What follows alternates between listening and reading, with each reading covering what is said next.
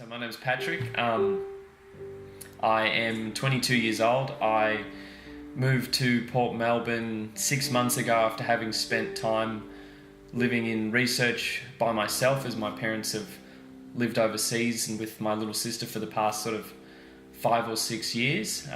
Previously we'd lived in Singapore and Beijing. When I was 20 years old, so about 2 years ago, I was actually diagnosed with a rather rare form of carcinoid lung cancer. I went through the process. I had to drop out of uni to have a couple different operations done.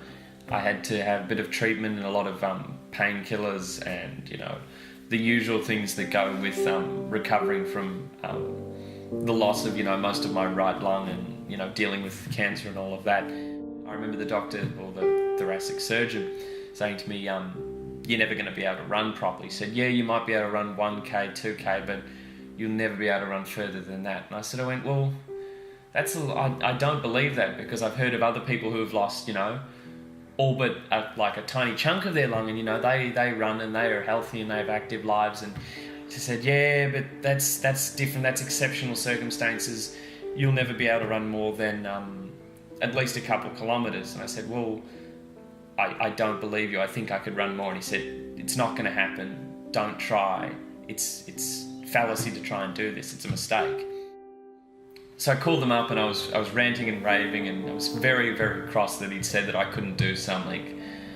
And I said to them there and then, and that's when I made the decision, and I said, I'm going to run a marathon, and it's going to happen no matter what. In October, I competed in my first serious run. I did the half marathon, which is 21 kilometres, and I did it at the Melbourne Marathon.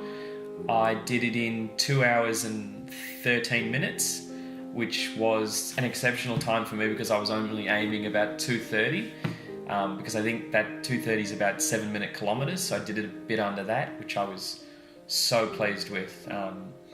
And that's been a really good sort of midway point for me.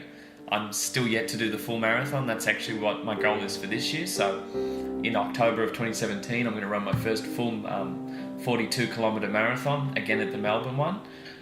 I'm training at the moment. My lungs seem to be working well enough, but it'll be interesting to see how I go and how I can cope with it, because I know even during the half marathon it was a particularly interesting process. It was a lot of hard work and a lot of looking back at where I'd come from and where I was still to go, and realising how much time and effort I'd really put into it, and it was a good motivating force for it, I think.